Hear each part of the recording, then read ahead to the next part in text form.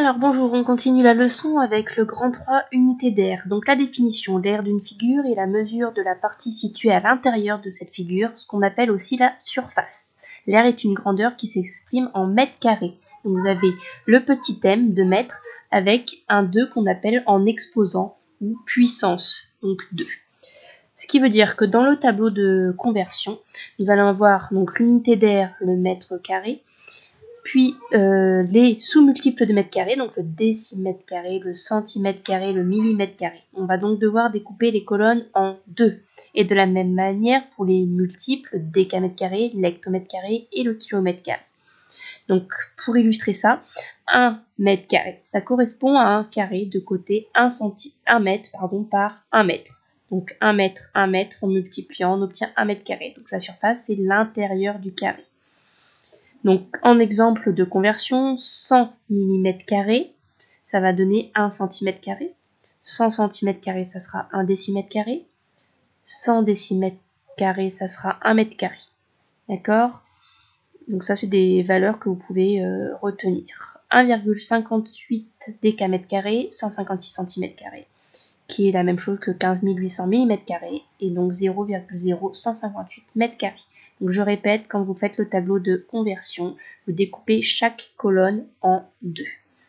Une remarque, on a une autre unité en fait d'unité d'aire qui sert dans le domaine agricole. Vous avez peut-être déjà entendu l'ar et les hectares. Donc un ar, qui se note petit a, est égal à 1 décamètre². Et un hectare, qui se note HA, est égal à 1 hectomètre². Donc ça, c'est pour la première partie, unité d'aire, que vous avez à recopier. Pour demain, on a la dernière partie, la quatrième, figure usuelle. Donc j'en profite en même temps pour vous en parler. Donc pour calculer l'aire d'une figure de longueur donnée, il faut vérifier, comme pour le périmètre, qu'on a bien les unités toutes dans la même mesure. Donc il faut bien vérifier, et si ce n'est pas la même unité, de penser à convertir avant de faire les calculs. Et là, vous avez les formules à connaître par cœur. L'aire d'un carré, côté fois côté. L'aire d'un rectangle, longueur fois largeur. L'aire d'un triangle quelconque, donc c'est ce qu'on appelle le côté multiplié par la hauteur, et on divise par 2. La hauteur, ça part d'un sommet et c'est perpendiculaire au côté.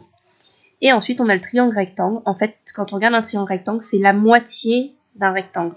Donc c'est pour ça qu'on va faire le côté de l'angle droit multiplié par l'autre côté de l'angle droit. Voilà, comme pour le rectangle, longueur fois largeur. Et comme on en veut la moitié, on va diviser par 2. Donc A fois C divisé par 2. On peut appliquer la même formule que pour le triangle quelconque, en faisant le côté multiplié par sa hauteur et divisé par 2. Tout dépend le type d'exercice qu'on vous donne, selon si vous avez les mesures des deux côtés de l'angle droit ou d'un côté avec sa hauteur. Et ensuite, on a l'aire du disque, qui est donc rayon fois pi. Et ça termine donc le chapitre sur les périmètres et les aires. Donc vous n'avez plus qu'à vous entraîner sur les différents types d'exercices.